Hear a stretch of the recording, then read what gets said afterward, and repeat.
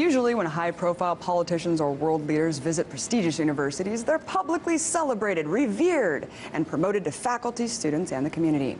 After all, it gives colleges mad cred and loot to host such influential establishment figures. But apparently not Yale. See, this uber-elite university is bringing Henry Kissinger in for a lecture soon, but shh, don't tell anyone about it. The faculty has been ordered to respect the confidentiality of Kissinger's speech and be tight-lipped about his talk on campus.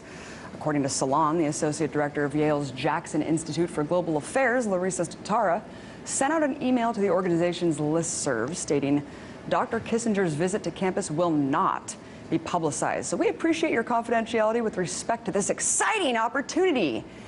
Yay! Isn't it so exciting to usher in and fawn over a known war criminal? According to Satara's email, the lecture is invite-only, and all students are expected to remain in their seats for the entire duration of the event. Yikes. Treating the privileged few who are lucky enough to be invited like cattle once they are actually granted access. Because apparently Kissinger is an untouchable god. And you know what? Considering how he's never been held accountable for all the blood on his hands, I don't blame him for feeling that way. See, let's take it back.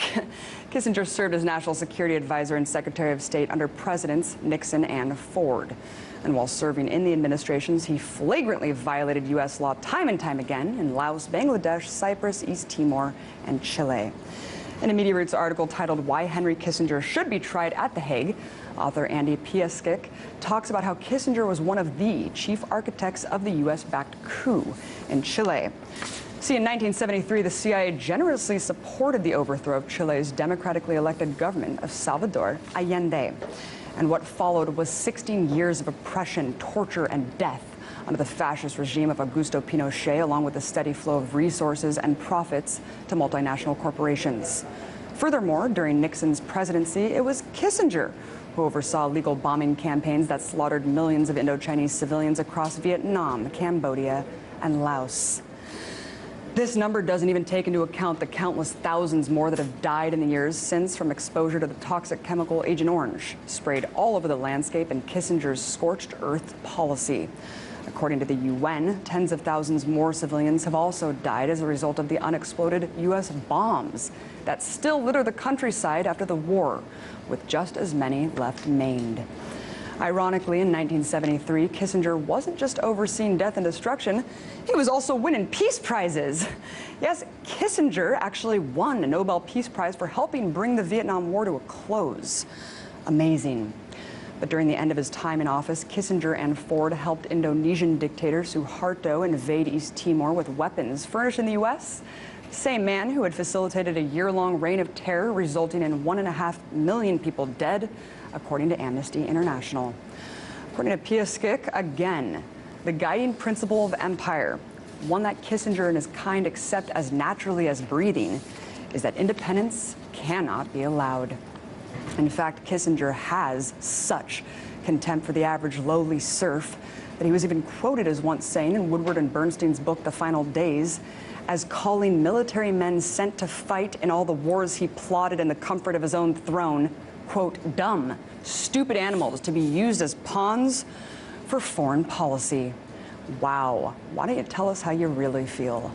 So, what has Kissinger been up to lately besides hiding out at Yale? Well, after leaving his coveted position at the White House, he went on to found Kissinger and Associates, an international consulting firm that represents the world's biggest multinational corporations, including many with ties to U.S. foreign policy.